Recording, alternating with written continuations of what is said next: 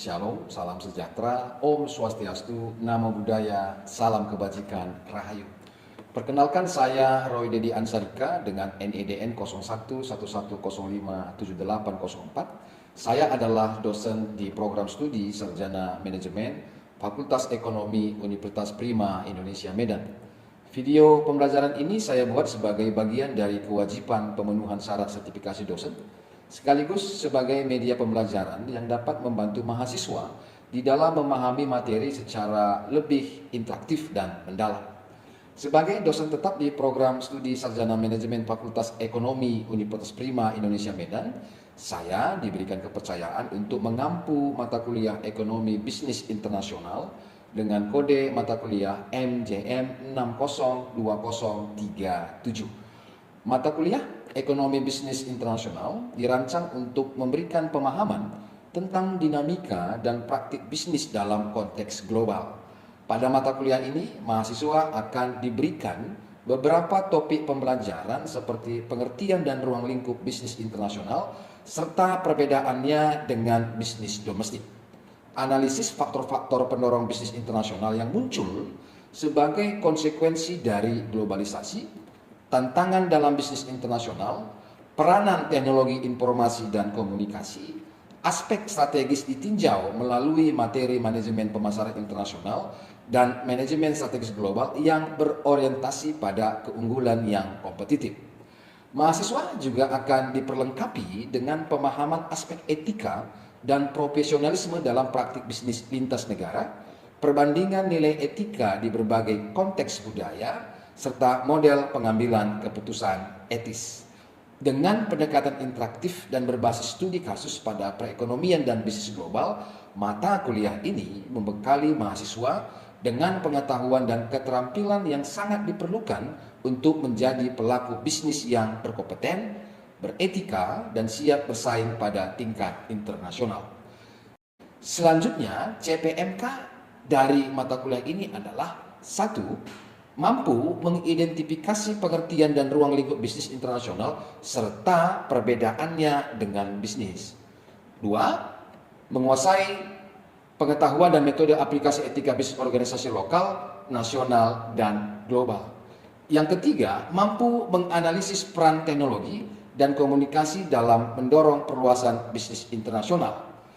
4. Mampu mengidentifikasi faktor-faktor pendorong terjadinya bisnis internasional dan tantangannya dalam konteks globalisasi, dan mampu mengkaji pentingnya etika kerja global, profesionalisme, dan semangat kewirausahaan dalam menghadapi persaingan global. Kehadiran mahasiswa dalam proses pembelajaran memberikan kontribusi sebesar 10%, komponen tugas diberikan bobot sebesar 20%, meliputi penugasan individu dan kelompok seperti pembuatan rangkuman materi, analisis studi kasus, penyusunan makalah, serta presentasi yang mendorong mahasiswa berpikir kritis dan aplikatif terhadap isu-isu bisnis internasional. Ujian tengah semester memiliki bobot 30%, biasanya berbentuk ujian tertulis dengan format esai atau studi kasus untuk mengukur pemahaman mahasiswa terhadap materi pada paruh pertama semester. Sementara itu, ujian akhir semester memiliki bobot 40% yang mencakup seluruh cakupan pembelajaran dan dirancang untuk mengukur kemampuan analitis dan sintetis mahasiswa dalam menjawab tantangan bisnis internasional secara komprehensif. Dengan sistem penilaian ini, mahasiswa diharapkan tidak hanya menguasai aspek konseptual, tetapi juga mampu menerapkan pengetahuan secara kritis dan etis dalam konteks global yang dinamis. Media pembelajaran yang digunakan selama perkuliahan adalah 1. PowerPoint, yang kedua artikel, dan yang ketiga Spada sebagai media pembelajaran online. Dalam pelaksanaan proses pembelajaran, saya menerapkan metode ceramah interaktif, diskusi, studi kasus penugasan individu dan kelompok. Ceramah interaktif, diskusi, dan studi kasus dan tugas kelompok saya terapkan pada pembelajaran aktif di kelas, dan penugasan individu saya wujudkan melalui pembelajaran daring menggunakan Spada. Penilaian mahasiswa dilihat dari hasil tugas dan keaktifan dalam proses pembelajaran. Pada PDD ini, bidang pengajaran saya akan mengajarkan topik pembelajaran globalisasi dan tantangan dalam bisnis. Berikut adalah video pembelajaran tersebut. Semoga video ini bermanfaat bagi proses pembelajaran dan mampu meningkatkan kualitas pengajaran yang saya lakukan di lingkungan perguruan tinggi. Assalamualaikum warahmatullahi wabarakatuh. Salam sejahtera bagi kita semua. Halo mahasiswa, apa kabarnya? Baik. Ya, bagus. Kabar saya juga baik. Jadi kita sama-sama baik kabarnya. Nah, hari ini kita masuk ke dalam topik kita yang kedua. Kemarin kita sudah membahas mengenai awal dari terbentuknya ekonomi bisnis internasional dalam konteks psikologi, begitu ya. Manusia itu adalah Homo socius. Homo socius itu artinya makhluk sosial yang mana manusia yang satu itu tidak pernah terlepas dari peranan orang lain yang ada di sekelilingnya. Itu manusia. Keluarga juga begitu. Organisasi yang paling terkecil itu apa kemarin? Keluarga. Negara juga seperti itu. Organisasi yang paling terbesar itu adalah negara. Negara juga suka membuat kelompok. Kita lihat di sini negara suka membentuk kelompok karena bisa menciptakan kerjasama dan memberikan keuntungan ekonomi. Dan bisa menciptakan kekuatan ekonomi bersama. Saya ulang, bisa menciptakan kekuatan ekonomi secara bersama, dan untuk itulah satu negara itu mau berkelompok dengan negara-negara lainnya. Nah, Indonesia juga masuk dalam kelompok ini yang kita katakan dengan ASEAN, organisasi negara-negara yang ada di Asia Tenggara. Kemudian ada lagi yang kita kenal dengan Uni Eropa. Kemudian ada WTO, kemudian ada BRICS. Ini minggu kemarin kita bahas. Apa ini negara-negara yang masuk dalam BRICS? Siapa yang tahu angkat-angkatnya? Kamu? Brazil? Rusia? India? China? South Africa. Nah, ada G20. Ada yang masih tahu? Ya. Yang pertama ada Argentina, Australia, Brazil, Kanada, Cina, Prancis, Jerman, India, Indonesia, Italia, Jepang, Meksiko, Rusia, dan Arab Saudi. Ya, G-nya ini grup gitu ya, group of 20. Group of 7. Kamu masih ingat? Kamu? G7 adalah kelompok 7 negara maju dengan ekonomi terbesar dan paling berpengaruh di dunia yang bekerjasama di bidang ekonomi, keuangan, keamanan, dan geopolitik. Negara apa saja yang masuk dalam group of 7? Amerika, Inggris, Kanada, Prancis, dan Italia dan Jepang. Ya, jadi kelompok-kelompok negara ini dibentuk untuk dapat memperkuat kerjasama regional maupun global dalam bidang ekonomi, dalam bidang politik, dan juga dalam bidang keamanan. Untuk apa? Untuk kepentingan bersama. Ketika ada satu negara masuk ke dalam kelompok, yang tidak diinginkan adalah adanya keuntungan yang dimiliki oleh negara yang satu aja. Nggak bisa. Artinya negara-negara yang masuk dalam kelompok itu harus mendapatkan keuntungan. Ini yang kita katakan dengan kenapa negara itu suka membuat kelompok. Kemudian kita lanjut. Nah, ketika negara itu melakukan kerjasama dalam melakukan perdagangan dengan negara lain.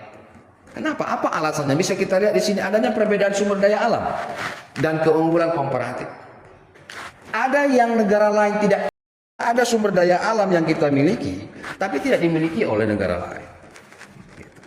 Kita tidak bisa menanam gandum. Yang ada itu hanya di Australia, sehingga kita harus mengimporkan. Begitu ya. Kita punya batu bara. Ada negara lain yang tidak memiliki kandungan batu bara dan kita mengekspornya. Begitu.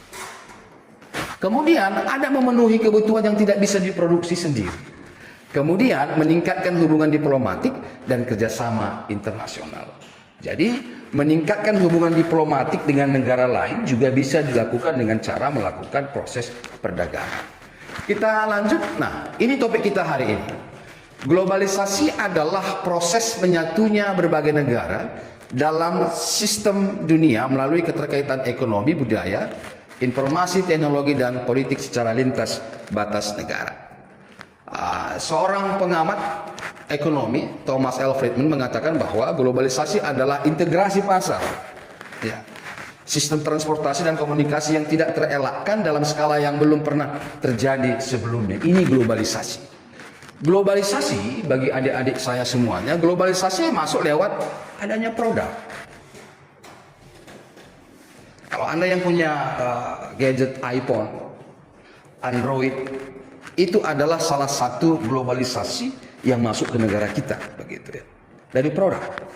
Kemudian globalisasi itu masuk melalui budaya. Indonesia tidak mengenal budaya Valentine. Itu diadopsi dari luar budaya kita, begitu ya. Tapi anak-anak muda banyak yang merayakan Valentine ini karena apa? Karena masuknya globalisasi ke negara kita, gitu ya. Kemudian dalam hal berpakaian misalnya. Dulu di tahun-tahun 70-an orang-orang yang seperti kamu begini pakaiannya kebaya loh. Pakai sanggul lagi di belakang, gitu. Sekarang karena faktor globalisasi sudah berubah. Dulu dalam hal cara berpakaian seperti yang saya katakan, dulu kami tidak pernah mengenal jub. Budaya globalisasi juga masuk dalam teknologi. Sekarang jub, pembelajaran secara online dilakukan secara Zoom, ini adalah globalisasi yang tercipta dari adanya teknologi. Jadi globalisasi itu bisa masuk lewat produk, lewat budaya, lewat teknologi, dan juga informasi.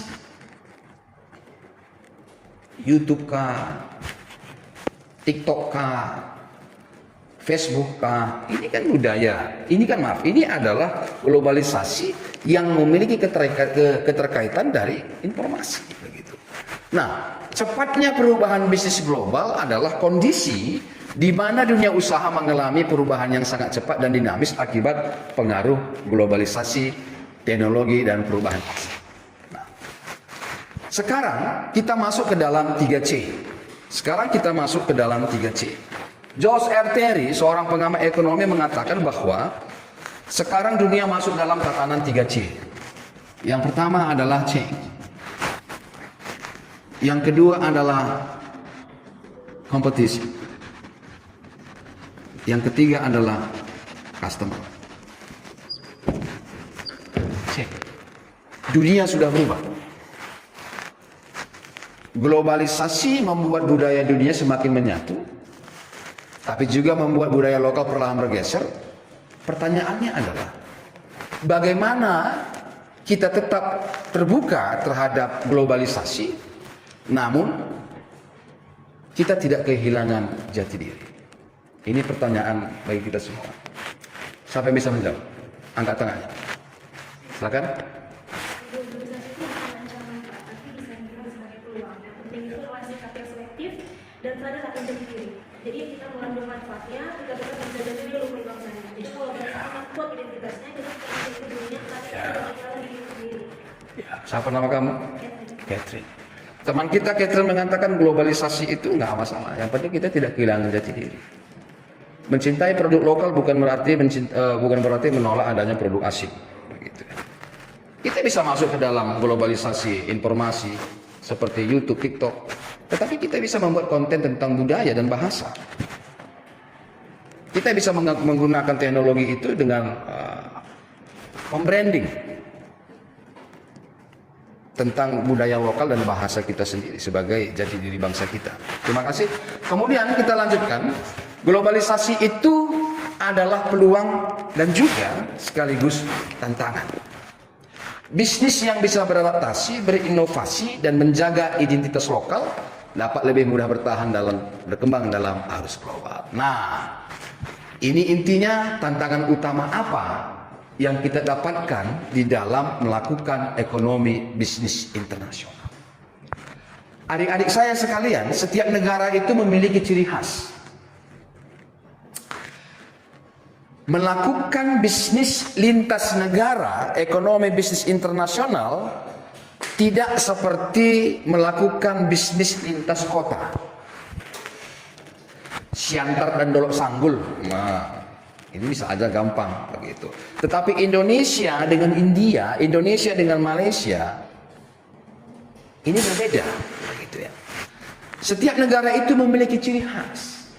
Satu adalah Ketika kita melakukan ekonomi dalam bisnis internasional, yang pertama yang kita lakukan adalah menghargai kearifan budaya lokal. Di India, sapi adalah binatang suci. Begitu kan? McDonald tidak menjual produknya di sana dengan menggunakan kandungan sapi, tetapi menggunakan kandungan ayam. Tantangan, ya tantangan. Tapi harus menghargai kearifan budaya lokal. Setiap negara memiliki ciri khas. Bagaimana lagi ada negara lain, perusahaan asing yang masuk ke Indonesia. Kita juga memiliki ciri khas. Bukankah setiap produk makanan dan minuman di Indonesia itu harus disertai dengan labelisasi halal? Hargai. Nah, kita lihat lagi bagaimana lagi di Jepang misalnya. Kalau di Jepang itu kita harus menghargai bagaimana ketaatan mereka terhadap waktu dan juga etika. Dan juga dalam bahasa. Jadi negara-negara itu memiliki ciri khas dan itu adalah salah satu tantangan utama dalam melakukan ekonomi bisnis internasional. Nah, kemudian yang kedua adalah setiap negara itu memiliki aturan ataupun regulasi. Apakah terhadap hukum ataukah juga terhadap pajak? Kita lihat di sini setiap negara memiliki aturan ekspor impor, kemudian bagaimana pajaknya, dan bagaimana standar produk yang berbeda. Ya. Yang ketiga, transaksi internasional melibatkan perubahan mata uang. Saya rasa Anda sudah paham tentang ini. Jadi itulah kenapa bisnis internasional itu memerlukan adanya riset pasar, penyesuaian produk dan strategi yang matang. Saya berasal dari Brastagi Tanah Karo, salah satu kabupaten di Sumatera Utara, yang sebagian besar masyarakatnya itu berada di sektor pertanian. Terkadang sulit bagi kita untuk melakukan ekspansi ataupun mengekspor produk kita itu ke negara-negara lain seperti contohnya Singapura. Kenapa? Karena masih banyak di antara kita itu yang menggunakan pupuk dengan menggunakan pupuk pestisida. Sementara negara Singapura sangat jeli melihat ini. Mereka sangat jeli sekali terhadap kesehatan warganya. Bahwa kandungan pestisida itu sangat berbahaya bagi kesehatan. Dan mereka itu sangat melakukan penyaringan ulang terhadap produk-produk yang dikonsumsi oleh warganya. Begitu. Tetapi dari satu sisi, bagi seorang petani, pestisida itu adalah salah satu langkah yang dianggap dalam tanda kurung paling tepat di dalam melakukan proses pemupukan dan pembuahan. Jadi ini dilemanya. Kita lanjut selanjutnya. Kemudian di sini ada hubungan globalisasi dengan ekonomi bisnis internasional. Yang pertama itu adalah mendorong adanya perdagangan internasional. Globalisasi itu membuat negara-negara itu lebih terbuka untuk saling menjual dan membeli. Ya, sehingga mempercepat arus ekspor impor. Ya. Yang kedua adalah contohnya ya, saya ambil contohnya Indonesia bisa menjual CPO, begitu crude palm oil ke India dan membeli alat-alat pertanian, teknologi pembangunan dari Jepang.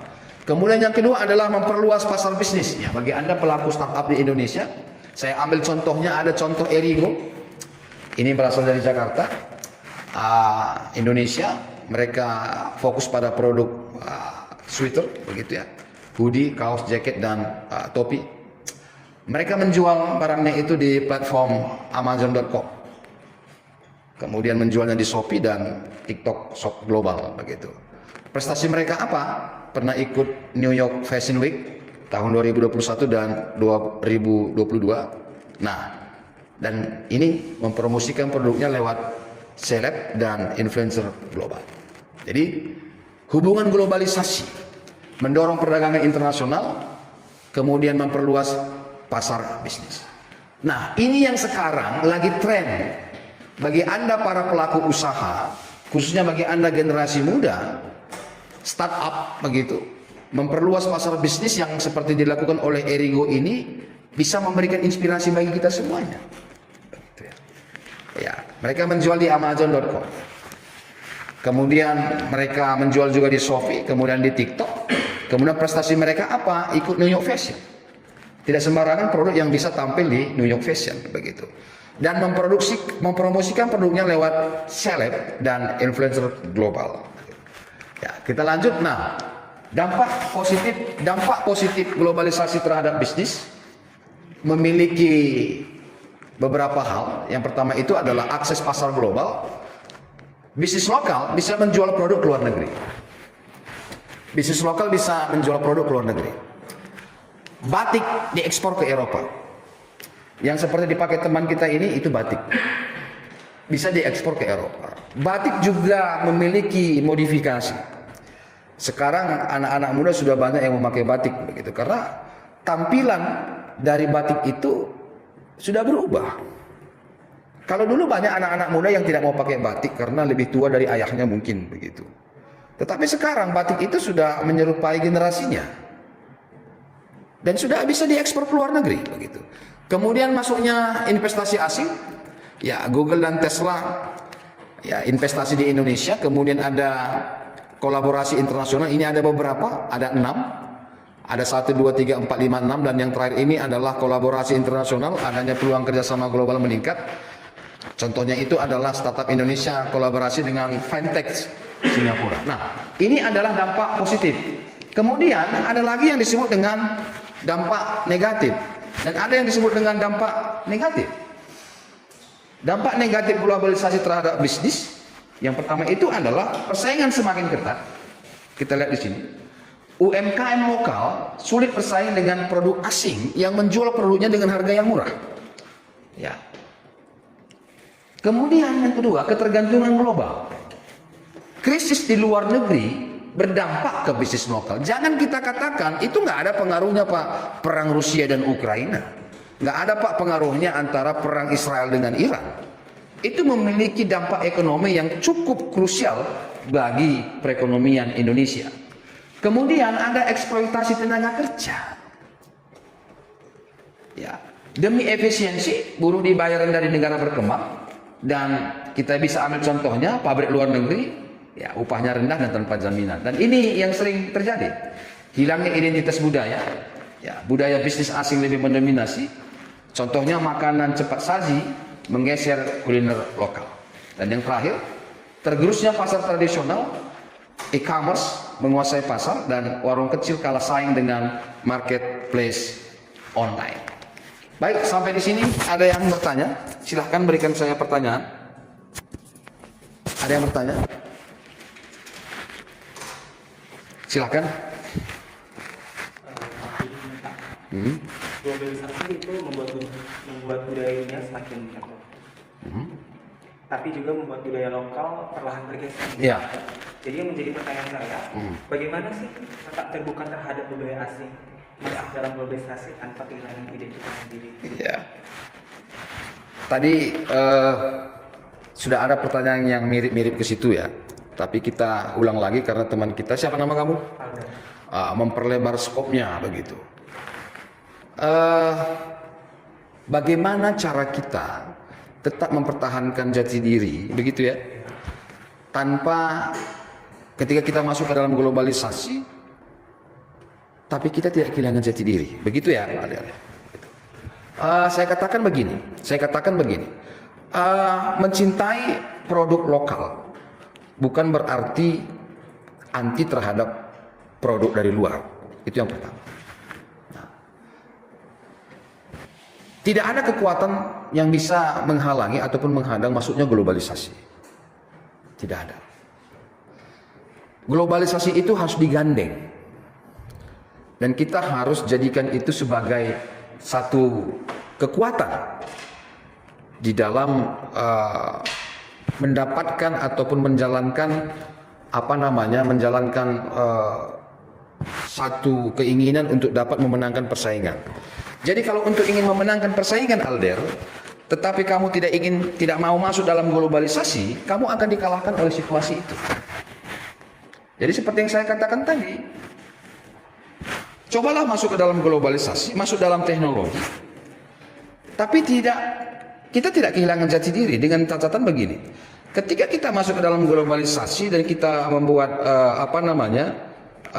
kita masuk ke dalam globalisasi dalam hal teknologi informasi, kenapa kita tidak nge-branding budaya-budaya lokal itu dan kita upload ke dalam teknologi informasi seperti YouTube, TikTok dan sebagainya? Gitu ya. Dunia sekarang sudah berubah. Change, competition, and custom. Dunia sudah berubah.